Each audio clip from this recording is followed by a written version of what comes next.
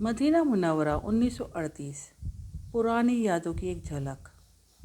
سن 1938 کا مدینہ منورہ آج کے جدید اور وسیع شہر سے بالکل مختلف تھا۔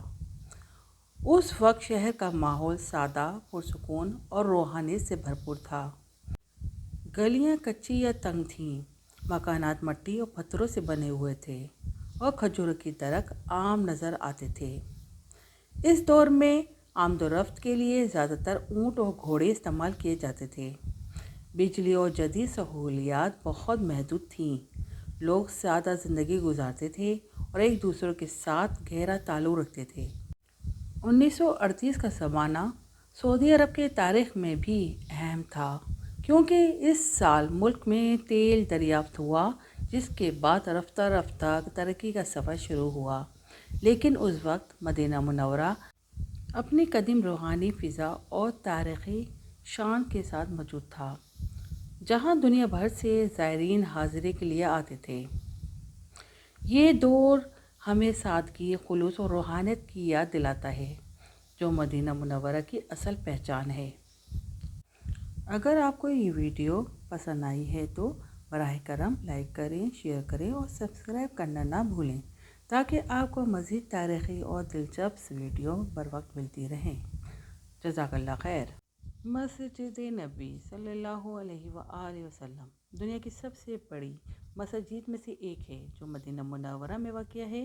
ہجرت کے فوراً بعد نبی اکرم صلی اللہ علیہ وآلہ وسلم نے مسجد نبی کی بنیاد رکھی تھی۔ شروع میں یہ کھجور کے تنوں اور مٹی کی اینٹوں سے بنائی گئی ایک چھوٹی سی مسجد تھی۔ وقت کے گزرنے کے ساتھ ساتھ مسجد نبی کی گزشتہ ادوار میں متعدد بار توسیع اور تزئینات رائج کی گئی ہے۔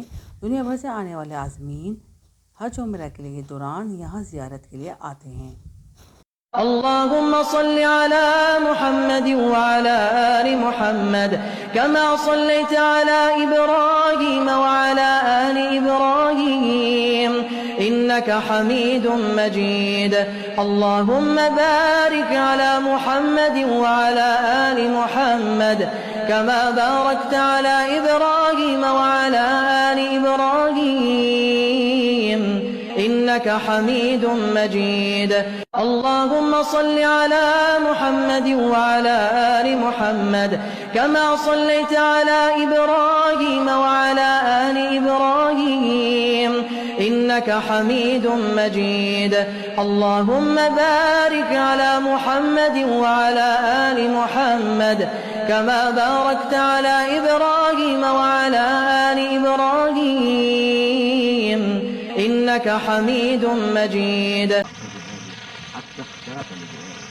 جزاك الله عن المسلمين خير جزاء صلى الله عليه وسلم ما دامت الأرض والسماء.